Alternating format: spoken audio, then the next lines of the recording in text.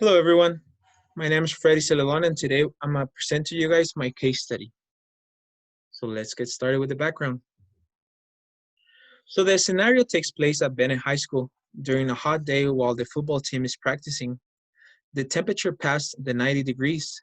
The humidity was high as well. And imagine, they were playing in the turf.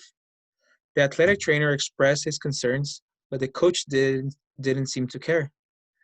Terminating the break early was one of many red flags of this situation. The athletic trainer notices one of the players fighting to keep the pace of the drills and quickly notices that the player is not okay. The athletic trainer removes the helmet and realizes how red and dry the athlete was. Promptly, the athletic trainer places ice bags, ice towels on the athlete's neck, chest, and extremities, and then he calls EMS. The athletic trainer then finds out the horrible situation that the athlete was exposed to and the treatment the football player needed to have to get to a stable position. However, the coach seemed to still not care at all about his team and the athletic trainer's opinion. The athletic trainer in this situation was still a trained professional and his voice wasn't being heard.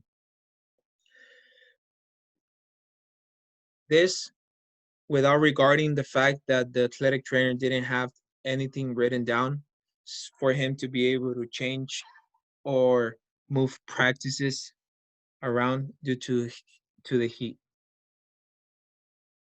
Well, let's get started with the questions. Compare local, state, national acclimatization and heat guidelines that pertain to this scenario. I think that all local, state, and national acclimatization should follow a same solid foundation. Physical exertion and training activities should begin slowly and continue progressively. An athlete cannot be conditioned in a period of only 2 to 3 weeks. This athlete was not conditioned at all since he skipped a lot of the summer sessions. Beginning with shorter, less intense practices and training activities with longer recovery intervals between bouts of activity is crucial, and the coach wasn't following this. Minimize protective gear. The coach was not following this either because they were training with full pads on a really hot weather. Emphasize instruction over conditioning during the first several practices. Having athletes that skip summer sessions and directly into conditioning on a weather like this was triggering for the athletes condition to happen like it happened on this scenario. Players must be allowed the time to adapt safely to the environment. Intensity, duration, and uniform equipment will be a couple of the characteristics that this coach should work on. These factors directly affect exceptional heat illness risk.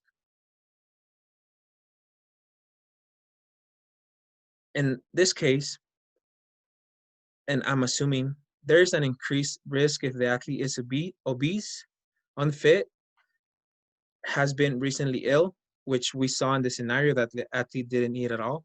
So it was already a previous condition, maybe dehydration. And also during practice or the scrimmage, better said, there was no wet bulb glove temperature taker. There wasn't any uh, bathtub, any tub, so cold water immersion could happen. So it was a really risky scenario to have. All local, state, and national guides, national climatization and heat guidelines should have a solid foundation and should be kept the same across the whole country.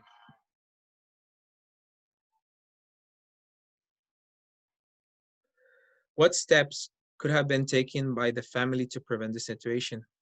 Well, if the kid is a football player, definitely do not skip dinner. if there's practice the next day, also breakfast should have been crucial to eat. Making sure that the kid is constantly replenishing on fluids. Communication is what was missing on their behalf of the parents. Everything could have been prevented if they would communicate more.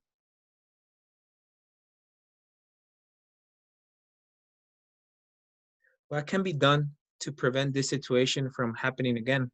Well, education, educating the athletes, have a talk and try to keep those that are at more risk on their toes.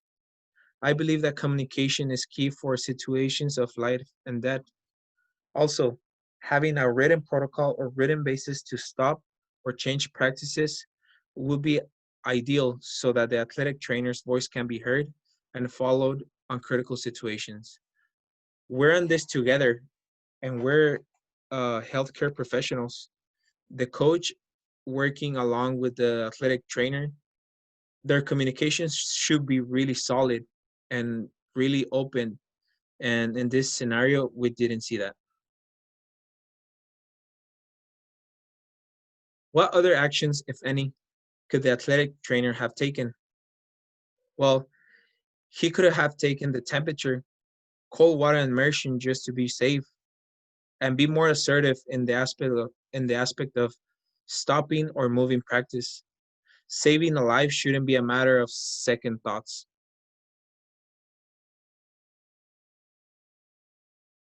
Who do you think is responsible for preventing similar situations in the future? How? I believe everything starts at home. Everything can be prevented with a regular healthy diet and lifestyle. However, the athletic trainer should follow up with every athlete that visits the clinic and should keep an eye on those who are at more risk. And ultimately, the coach should be the first one to notice the situation with the athlete since he's the one that it's it's with the athlete 20 almost 24/7. Determine the equipment needed and justify the expenditure for appropriate heat illness prevention and management. Well, wet bulb glove temperature taker, tub for cold water immersion, emergency plan action protocol written, ranges and parameters of how and when to stop a practice due to heat presented by a paper and written as well. Everything to work appropriately in a sports setting should be presented by paper. Also, communication is not enough, like we saw in this scenario. If there's no solid base or foundation to start from, how can we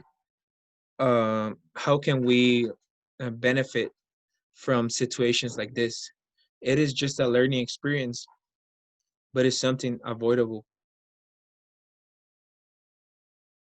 Appropriate heat illness prevention and management should have all these components, along with education of all the coaching staff, athletic training body, and the athletes.